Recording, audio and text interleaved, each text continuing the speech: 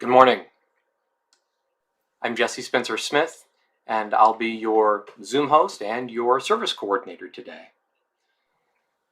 It's wonderful to see everyone's faces this morning. This morning's service revolves around the theme of kindness.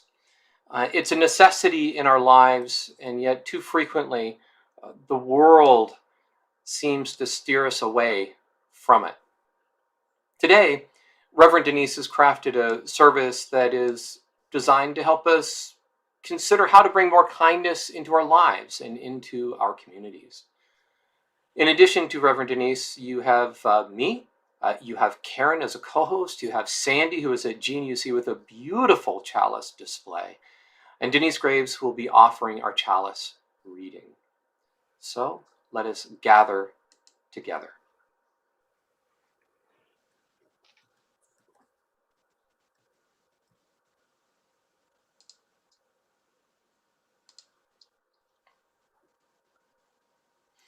We're so pleased and so lucky to have as our minister, Reverend Denise.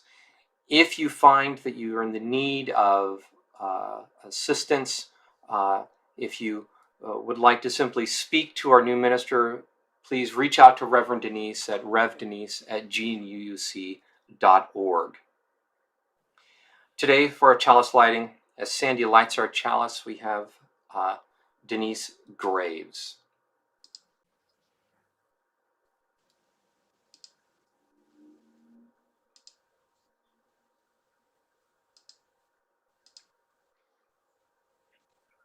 These are the words of Reverend Rebecca Savage. Ignite in us radical love. We light our flaming chalice as a beloved people, united in love and thirsting for restorative justice. May it melt away the tethers that uphold whiteness in our midst. May it spark in us a spirit of humility. May it ignite in us radical love that transforms our energy into purposeful action. This is a chalice of audacious hope. This chalice shines a light on our shared past, signaling our intention to listen deeply, reflect wisely, and move boldly toward our highest ideals.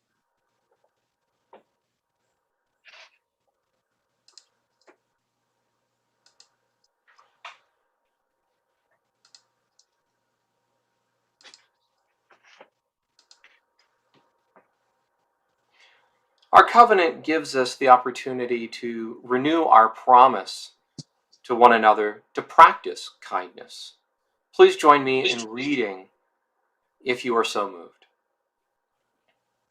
We covenant together to make a welcoming community, to walk together in the way of truth and love, to seek the life of the Spirit as it is known by each person, to support each other in thought, word, and deed as we work to build a better world. Our first hymn today was the inspiration for today's sermon. From Mom Muse, please join in singing Power of Kindness. Ooh, I believe in the power of kindness. Ooh, I believe in the power of love. Ooh, I believe in the power of kindness. Ooh, I believe in the power of love. We don't know what's coming, but we can help shape what's ahead. Kindness as our currency, the commonwealth is in our hands. So give a little all, give a lot, don't stop. A helping hand makes the world go round, there's more than enough. Ooh, I believe in the power of kindness.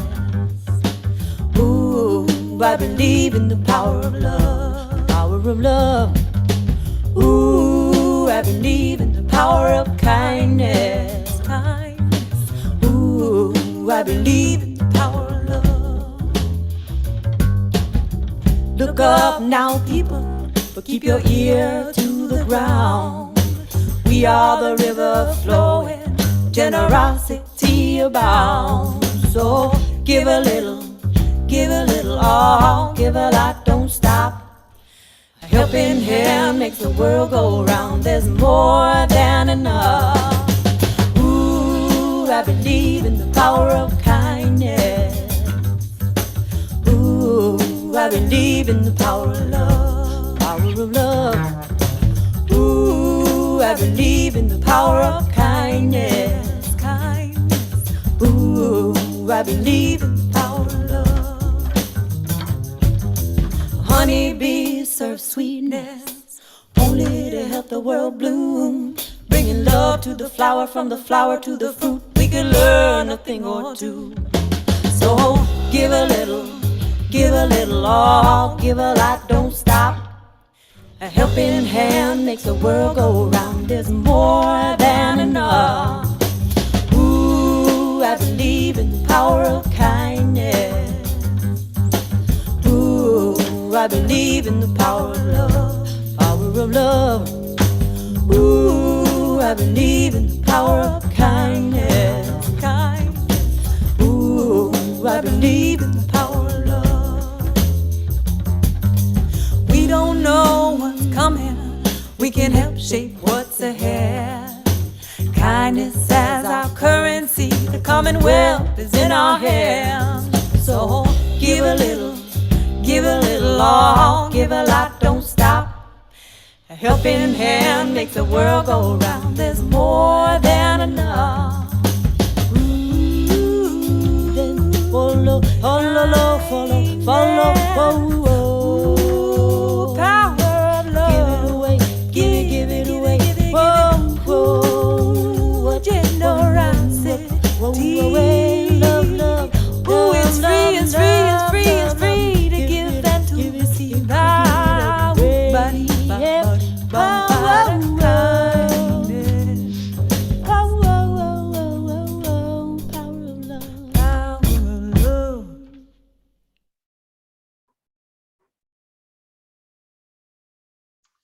Good morning, everyone. I have a story this morning from one of the highest places in the world about the power of kindness. It comes from this book, Tibetan Tales from the Top of the World, which was the 3 stories were written down by Naomi C. Rose. And the one I'm going to share with you is entitled Prince Jampa's Surprise. Prince Jampa grew up in a land where Himalayan peaks grazed the sky. And here is a picture of those mountains and the kingdom in which he lived. Every day, he played soldier on the snowy slopes. Every night, he listened to tales about the kingdom of Varasi. The rulers are bloodthirsty, the king would say, and the people are savage. Jampa always puffed up his chest and declared, "I'll fight to protect my people from Varasi." One morning, when Jampa was 17, he discovered a beggar woman outside the palace gates. "Where are you from?" he asked, tossing coins into her bowl. "Varasi," she replied. "A bloodthirsty kingdom," cried Jampa. "But our prince speaks kindly of you," said the woman. Jampa scratched his head. Why would a savage prince speak kindly? He peered at the woman. "What exactly did he say?" "That you'd always feed the poor," she replied. "Aha," fumed Jampa. "Varasi is sending us their poor to drain our food supplies. They'll destroy us."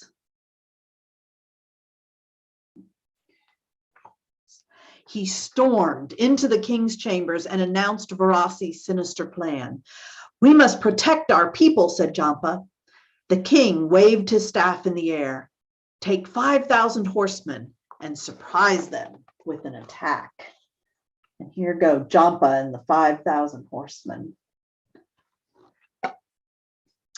Jampa mounted a stallion and led the horsemen out of the city. Galloping onward, Prince Jampa rides. Galloping onward, fierce under the skies. Galloping onward, fists doubled with might. Galloping onward, poised, ready to fight. Clouds gathered in the sky when Jampa and his troops crossed the border into Varasi. Squinting ahead, Jampa gripped his spear. What sort of savages would he meet? A monastery lay nearby. How odd, thought Jampa. Why would a sinister kingdom have a place of prayer? Hundreds of monks spiraled down the steps, beating drums and wearing demon masks. So here's a few of the monks, and there's a close-up of the demon masks. Look at those. Aha, hissed Jampa. They're trying to frighten us away. Jampa gave the signal, and the horsemen arched their bows. The monks bolted back up the steps. They won't bother us anymore, said Jampa. He motioned for his horsemen to follow, then sped away.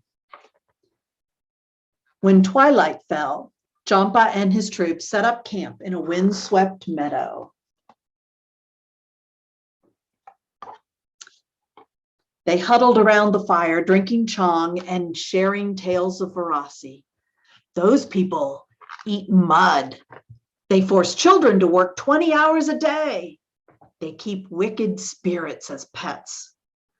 Jampa crawled under his blankets and gazed at the showering stars. He slept well, dreaming of conquering Varasi and protecting his people. The next morning, Jampa and his horsemen rose early.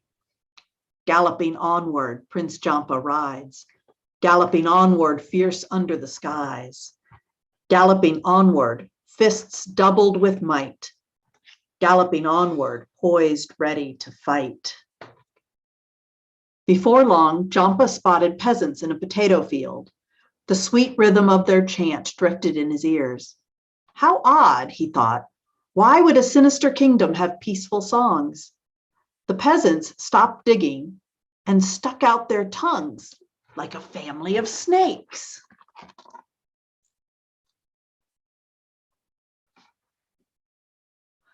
Aha, snarled Jampa. They're trying to bewitch us. Jampa ordered the horsemen to raise their bows, and the peasants scattered. One girl, you can see her here, she raced off down a narrow path. She's going to warn the king, cried Jampa. She'll use a shortcut. Hurry! He dug his heels into the horse. Jeweled roofs of the city soon towered ahead. Jampa's pulse thumped in his throat as he turned to his troops. Prepare for battle, he shouted. The horses snorted and the horsemen tightened their bows. Charge! Jampa and his men thundered on.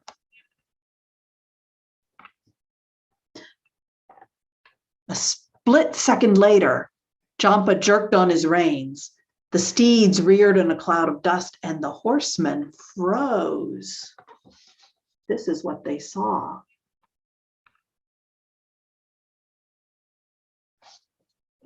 Singing children danced through the city gates.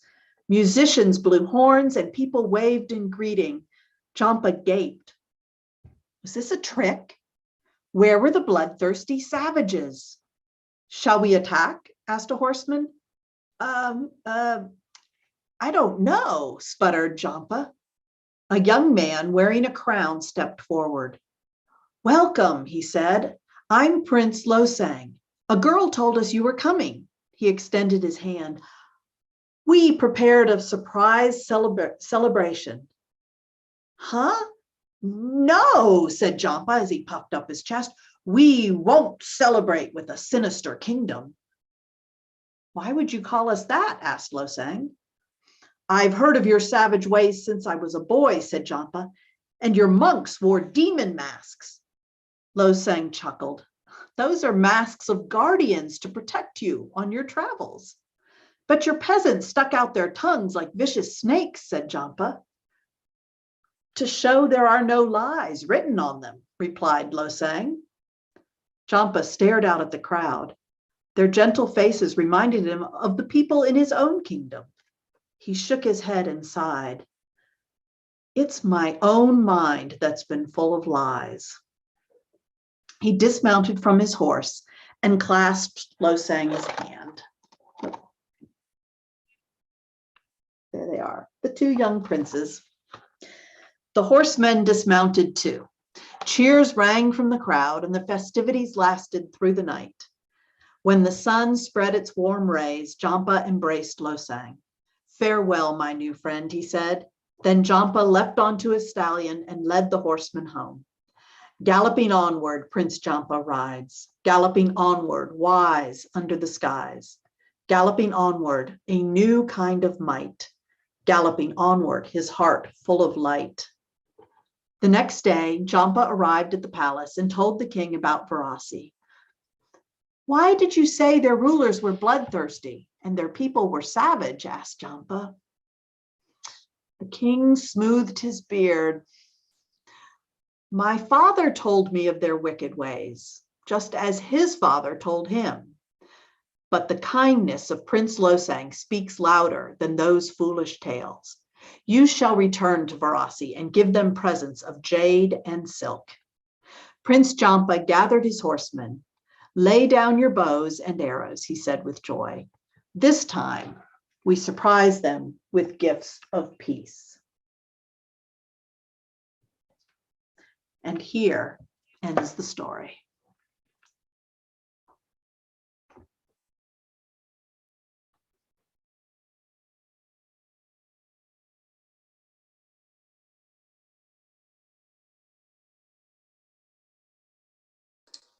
We have the opportunity to practice embracing our neighbors. For many years, GNUC has welcomed our unhoused neighbors as part of Room in the Inn.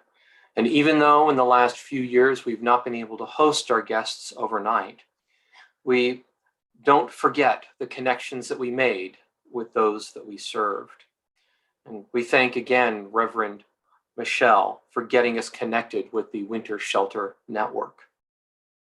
And although the pandemic has altered our ability to host, the work does continue. And with thanks to Chris Thresher's daughter, Audrey, who is Room in the Inn's volunteer coordinator, we have real insight into what their needs are.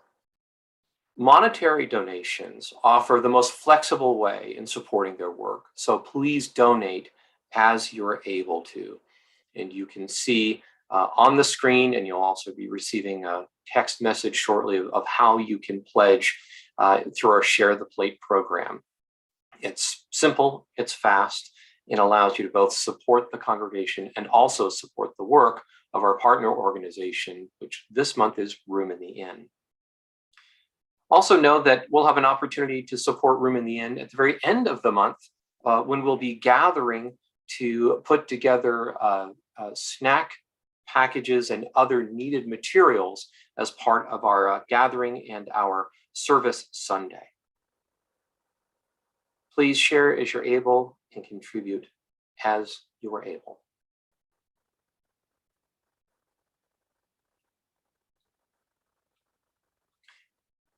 We have a musical meditation today. Please take a deep breath. Go ahead and take the deepest breath that you've taken all day and settle into a comfortable position. If you find it soothing to sing the words, then please do so. If you want to close your eyes and relax while you listen to the music, feel free to do that.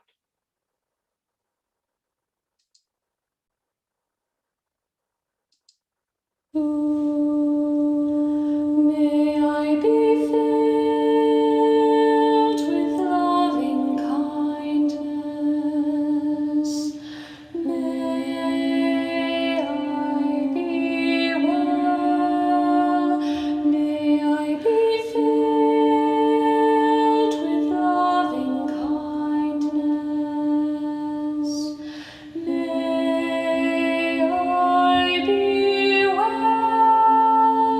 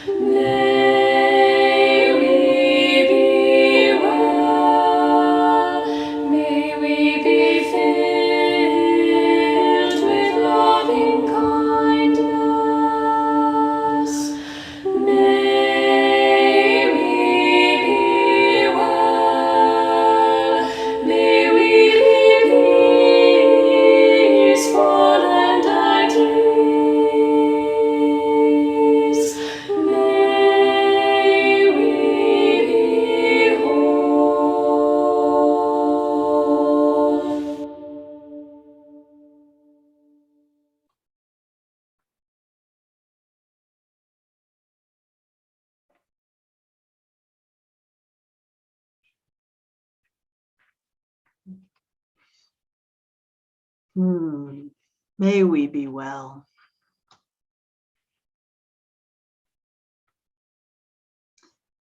So as Jesse mentioned earlier, I was inspired to do this sermon by the song, The Power of Kindness. And as I thought about kindness, I realized it's something we sometimes think is easy. After all, it is easy for children to understand, right? They get what being kind looks like. Even the very, very young children. And so sometimes we dismiss it as trite, as a less important thing to think about, to practice, to notice when it happens around us. And sometimes we think of it as kind of old-fashioned, kind of like Pollyanna. I've heard several times recently people say, I don't want to be Pollyanna-ish when they're about to say something hopeful.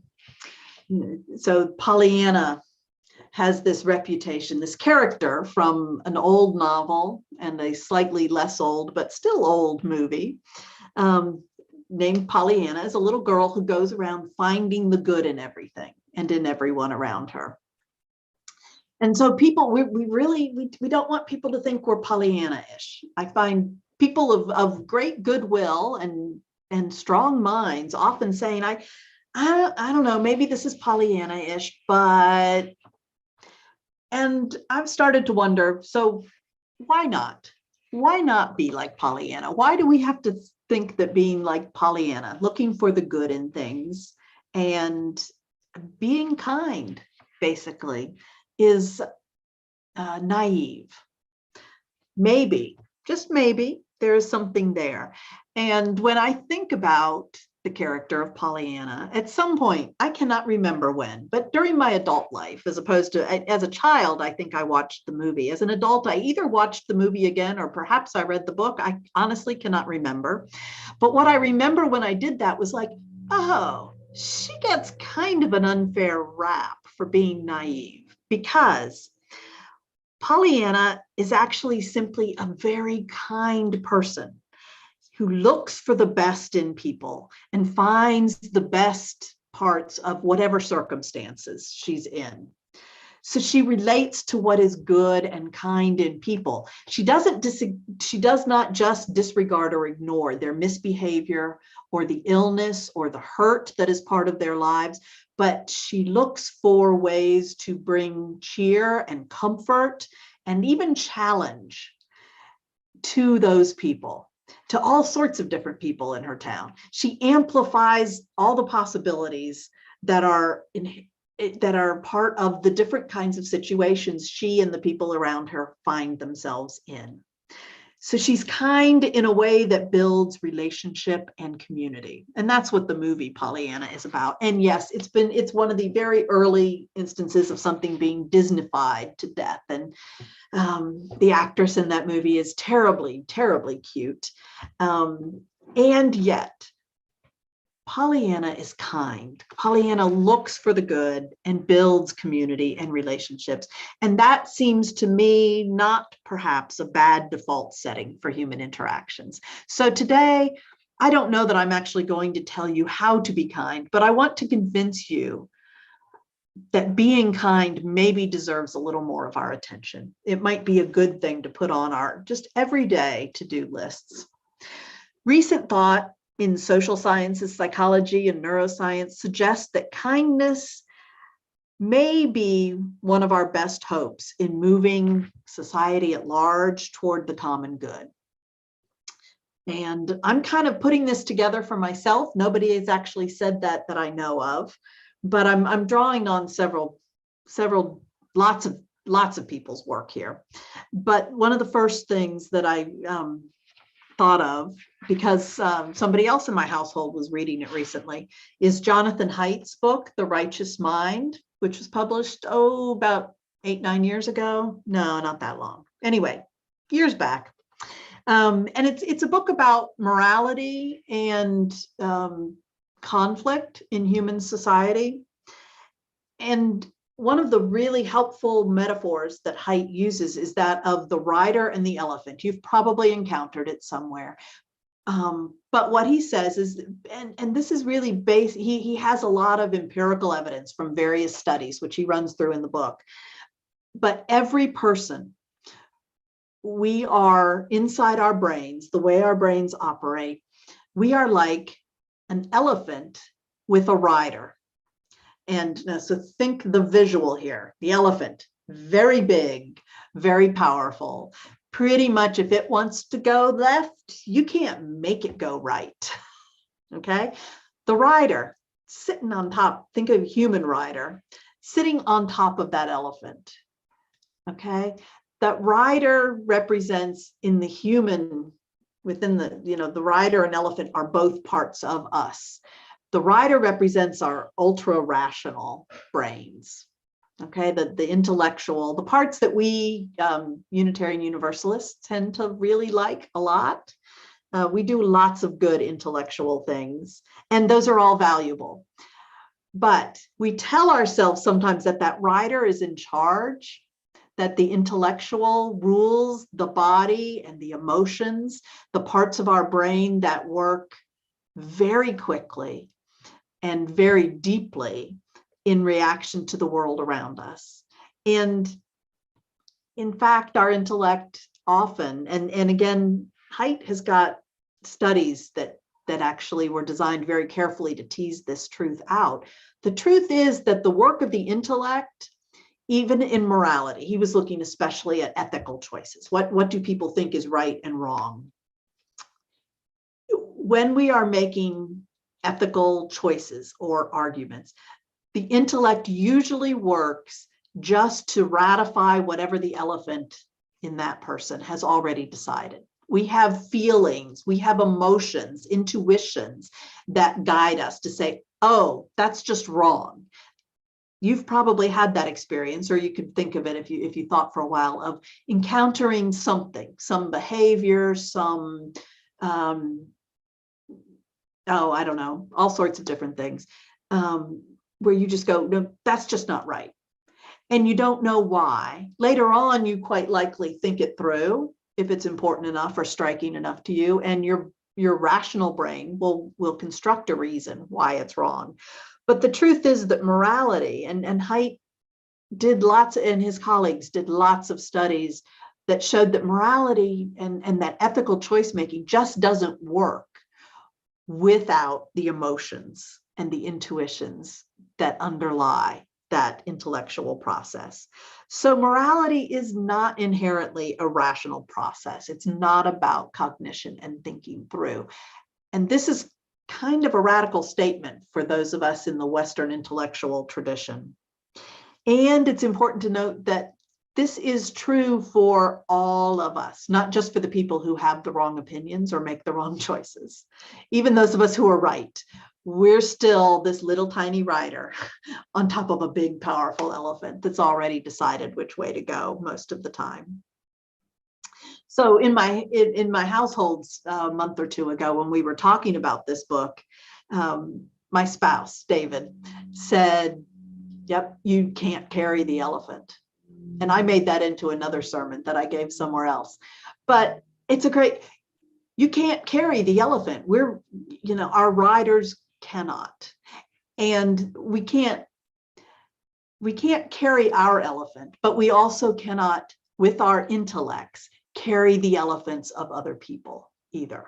And those elephants are really what's engaged when people are doing the things we think they shouldn't be doing. It's not their rational brains that are really carrying most of the weight of what they're doing. So I think it's helpful to remember that you can't carry the elephant. And there's the work of a couple of other, I believe they are psychologists. I'm sorry, I don't know right this moment. But there's a book called Nudge, which very helpfully has an elephant on the cover of it. It was written by Richard Thaler and Cass Sunstein. And what they are talking about in this book is what they call choice architecture, which is something I've thought about a lot. I just didn't have a title for it. But like if you want, for example, people to put trash in a trash can, it's really helpful if you make the trash can easy to find, right? You put it where they're going to be standing or walking by with trash, between the lunch table and the classroom or whatever. So, but there are things we can do in our world without necessarily needing the intellect to be engaged, but where we can just arrange physical environment or order the agenda for a meeting that nudges people into doing what we might know or think we know is best for the common good, right? They use a really good, Thaler and Sunstein use I liked an example of a school cafeteria. They discovered that they could make a real difference in what children chose to put on their trays based on where things were placed in the food line. So then the question becomes, well, whose interests do we serve? What would be best? Should we arrange things so that the companies we want to make money make the most money, that we make the most profit off of the sales of this lunch? Or do we arrange it so children make the healthiest choices? Or do we arrange it so that it honors what we think or have observed children are most likely to want? So we make the most, what is perceived as being the most wanted choices more easily available. So this then becomes how do we do this?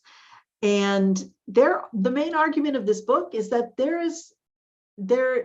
is nothing wrong, because that's the other thing, is that if we're doing this, are we being manipulative?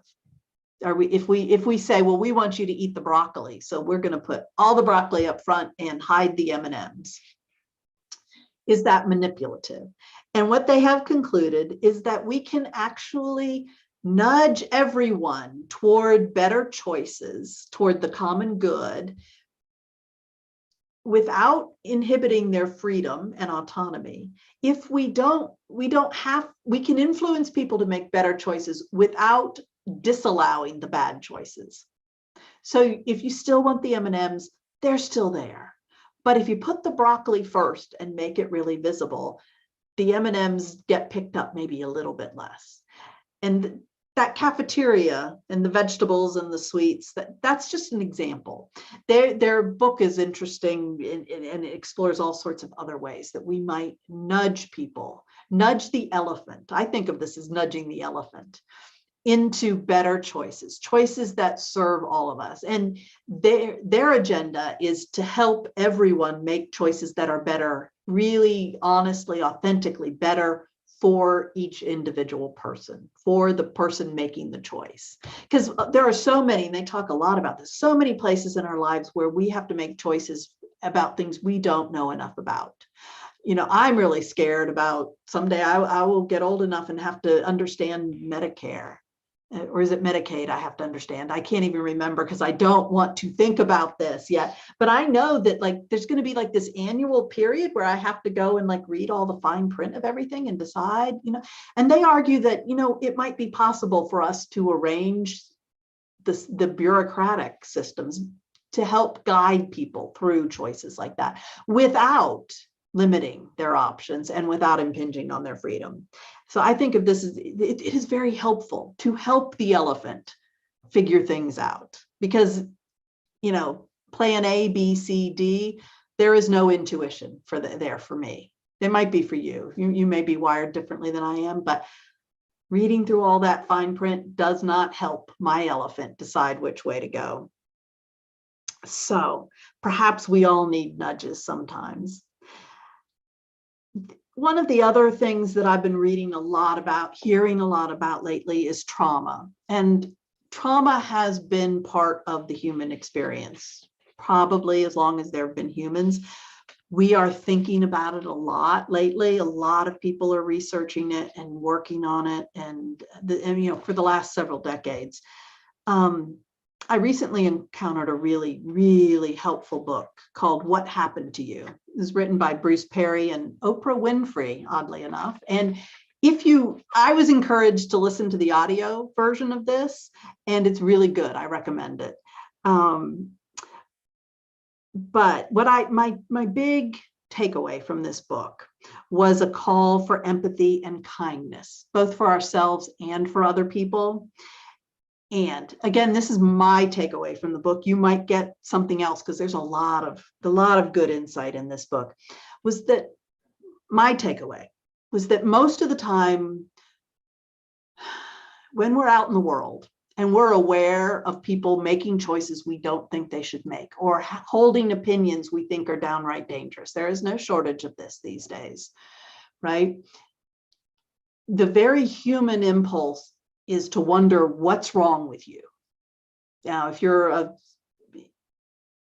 reasonably kind human being, you don't maybe say that to people, but we think it a lot. Wow, what is wrong with them? I don't know what's wrong with them. I don't get that. I don't understand it. What this book helped me to understand is that I haven't yet, since I read it, encountered a place where this didn't apply. I think when we think what's wrong with you, we're on the wrong track. And the question really ought to be, what happened to you? Because our opinions, our thoughts, our choices are so socially formed. They are so dependent upon the experiences we've had as human beings, what we have learned in the course of our lives, that whatever I do in the next hour has a lot to do with what has happened to me already in my life. So when children are misbehaving, what happened to them? Were they kept up after their nap time? Were they not fed enough this morning and they're hungry? That's, and many times it's something much more complicated and the behavior is much more difficult than just being fussy. But it's not something wrong with them. It is their brains and their bodies' healthy reactions to unhealthy things that have happened to them. And I think that's probably true in almost all of human behavior. The idea, it calls into question some of our traditional ideas of evil. I know. And that's an interesting question. We're not going to talk about evil today, but I want you to remember that. What happened to you? What happened? There's almost always a backstory, and often we don't know it. We don't know each other's insides. Which takes me to the next big theme, which is really closely related to trauma. And that's, I've been seeing, reading, hearing a lot around a whole cluster of things, which are sometimes called burnout, or overwhelm, or grief, or stress, or anxiety and depression. These are not interchangeable. These are all slightly different things. But there is this sense that I think has been growing, at least in the last 10 years, that the lives we live are a little too much for us to handle. Sometimes, some places, some ways. And we're all running to try to keep up, trying to stay sane, trying to feel in control of lives that often are just not in control. And I think life has always been hard. Trauma has always been with us. Grief, stress have always been with us. I'm not sure the burnout and the overwhelm have been with us for all that long. I think that is a distinctively contemporary feature of life. I think we are normalizing aspects of contemporary life that are much more stressful. The being on screens, and thank goodness for screens, because we couldn't all be here today together without the screens, without the Zoom, without the communications technology and all of that. But we are maybe a little too dependent on them, and they are distracting us from other things. And I would say they're distracting us from remembering to be kind to ourselves and be present and kind to each other. So I'm reminded of, I thought it was an ancient quotation, but when I tried to look it up, I found out that what is often quoted as though it's something from one of the ancient philosophers, thousands of years old, is maybe 150 years old. But here's the quotation: "Be kind, for everyone you meet is fighting a hard battle. And I think it came probably from a late 19th century philosopher named John Watson, Scottish philosopher. So be kind. Everyone is fighting. Everyone is doing something that's really hard. At my household, we just say it's hard to be human. I say it a lot. You'll hear me say it again, I'm quite certain. So what might help with all of this? Well, I have found it tremendously useful to understand a bit about how our minds work. You know, so reading some of the authors I've mentioned today and others, and also understanding how feelings work and how intuition works and how our bodies work and how they're all connected and how they're connected to the world around us. And then it helps to look for ways to regulate our brains. And regulation is primarily, I think, about connection. It's about, if you're human, we are social animals. So it's often about connecting with other people. So if you have had a bad day and you're all edgy and anxious, and you are lucky enough to have a friend or a loved one or a partner or a child or a parent or somebody that you love who loves you, to whom you can go and say, I need a hug. You get that hug, and it doesn't take that jangly day away, but it does help your brain calm down. It does help. I hope that you know what I'm talking about. I hope you have had that experience and had it frequently. So we can help each other calm our brains down. I read somewhere, I can't remember where, but it was recently that there's I think it was UU, church board, that has as part of their covenant with each other that they will act and speak in ways that lower stress and calm the brains of the congregation. And I thought, wow, what a wonderful, wise way for a board to proceed in a time of, especially in a time of stress and change. We will, as board members or leaders in other capacities, or teachers or parents, we will try to learn and practice acting and speaking in ways that calm people down. And kindness helps a lot. And kindness can often just be, you're fine, it's okay, you don't need to apologize, take a breath, it's okay. Kindness can be really, really easy, and it can be powerfully helpful. When all else fails, I think maybe love the elephant. You can't carry the elephant, but you can love the elephant. And recognize the wild in us. There is, in the center of each of us, there are things that are unknown to our conscious minds, to the little intellectual writer writing on the top here. There are parts of us that are just connected to the reality of everything that is. And we don't always understand that in ourselves, and we can't directly access it in each other, but we know it's there and it does connect us. And so remember that and speak to that and honor that in each other. And that will help. Learn to ask, what happened? What's your story? Where's your river run? Clearly different places than my rivers run, because look here, we're way apart. So how can we learn to find connection even where there doesn't appear to be?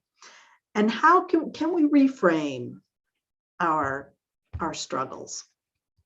And I want to share just a couple things from the books I've been reading. One of the things I read I'm going back to Jonathan Haidt here, and he's talking about the rider and the elephant. And he says, the main way we change our minds on moral issues is by interacting with other people. We are terrible at seeking evidence that challenges our own beliefs, but other people do us this favor, just as we are quite good at finding errors in other people's belief. When discussions are hostile, the odds of change are slight. The elephant leans away from the opponent, and the rider works frantically to rebut the opponent's charges. But if there is affection, admiration, or a desire to please the other person, then the elephant leans toward that person, and the rider tries to find the truth in the other's arguments. The elephant may not change its direction in response to objections from its own rider, but it is easily steered by the mere presence of friendly elephants or by good arguments given to it by the riders of those friendly elephants. So let's try to be friendly elephants. And maybe we need to shift some of our language from the language of battle and fighting and war, like Prince Jampa. Oh, what is needed from me as a prince is to protect. I will take the horsemen and we will take our bows and we will go and protect our people by fighting others.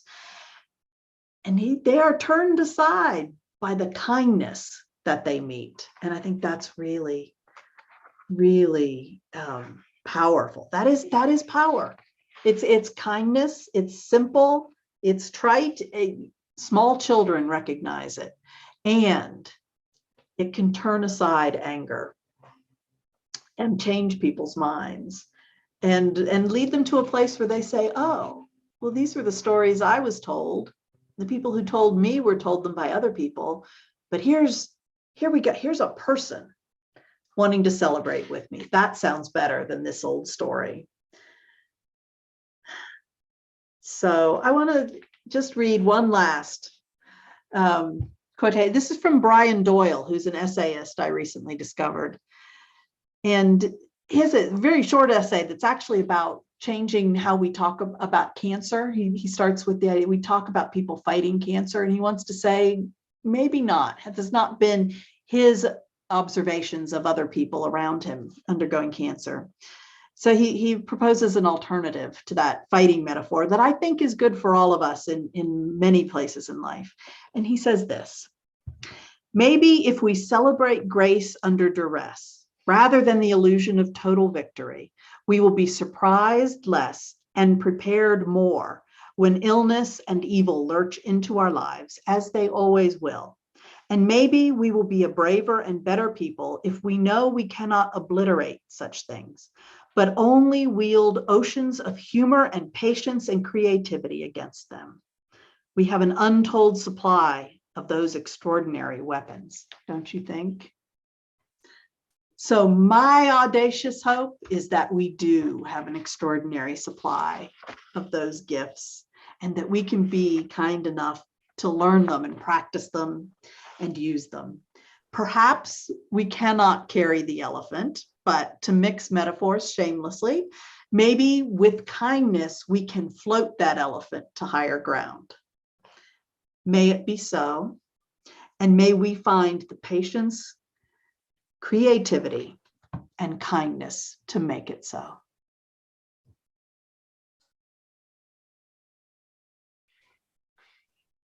Be kind, for everyone you meet is fighting a hard battle. Be the friendly elephant. Find connection. Thank you so much, Reverend Denise, for reminding us of the importance and the power of simple kindness.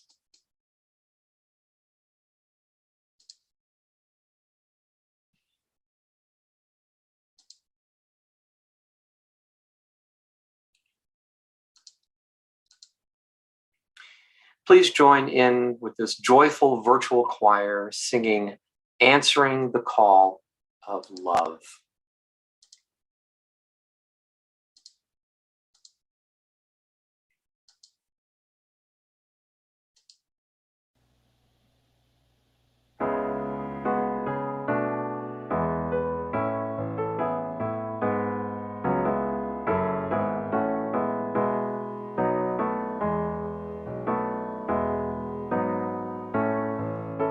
The promise of the Spirit,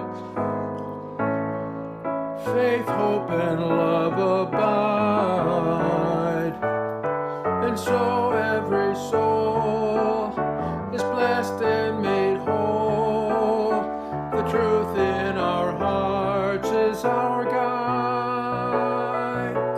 We are answering the call of love.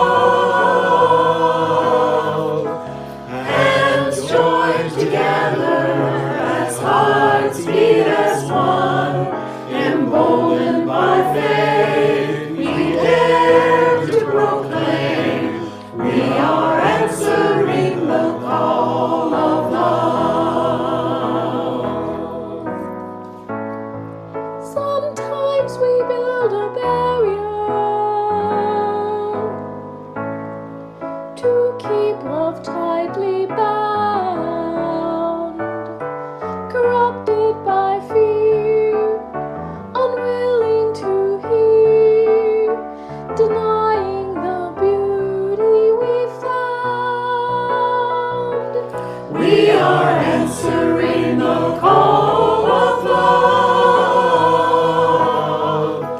Hands joined together as hearts beat as one, emboldened by faith, we dare to proclaim we are answering the call of love. A bright new day is dawning, when love will not divide. Reflections of grace in every embrace, fulfilling the vision behind. We are answering the call of love. Hands joined together as hearts beat as one, emboldened by faith, we dare to proclaim we are answering the call of love. We are answering the call of love.